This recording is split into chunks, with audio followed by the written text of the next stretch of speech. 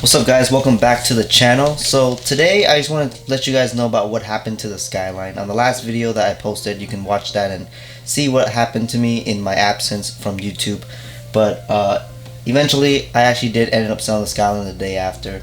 Had someone fly in, he checked out the car, we went to the bank, everything was done, and he called the tow company. They picked it up and took it home. So a little bittersweet. I really did enjoy driving that car because it was a turbo right-hand drive car.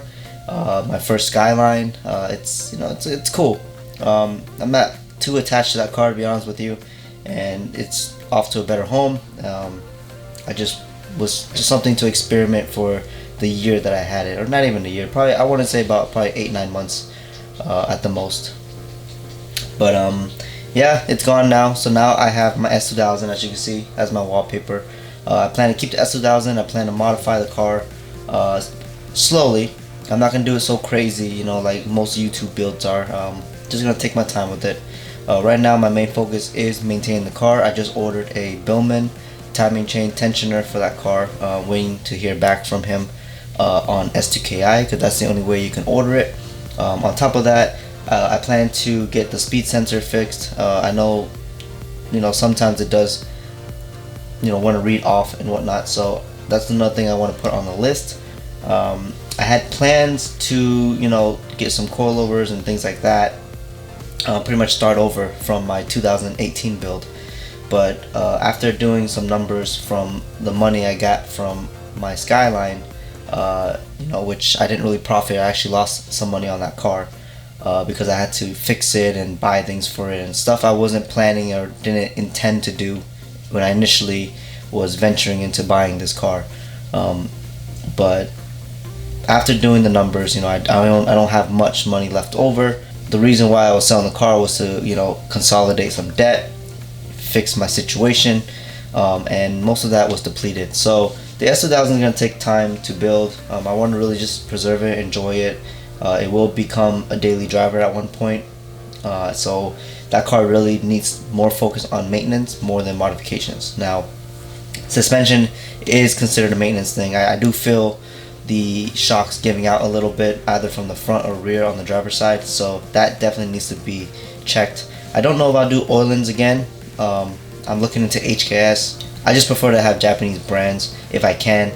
Try to keep everything authentic. I'm trying to steer away from doing anything replica. Nothing wrong with it. I just hope that I can build this car the way I want it to, keeping everything legit just for me. I'm not trying to show off for anything or try to prove a point. It's just when it comes to like quality and fitment, I just am very picky and OCD about it. So fortunately, there are companies like Group A and things like that, Shine, that make very, very high-end replica parts. But like for the time being, I'm going to try to steer clear from that. And if I do decide to go back with Group A, probably going to end up buying some parts for the S2000 from them, because I do plan to track the S2000. But that can't be a option right now until the car is maintained and pretty much refreshed. So that's the plan. I do have some footage from the day that I did sell the car. I didn't record too much, but you can get an idea of what was going on at the time.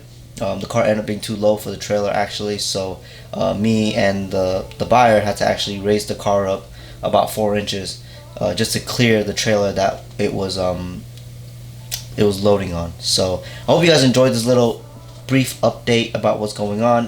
Hopefully I can make more videos on this channel. I just you can leave your opinions, what you want to see.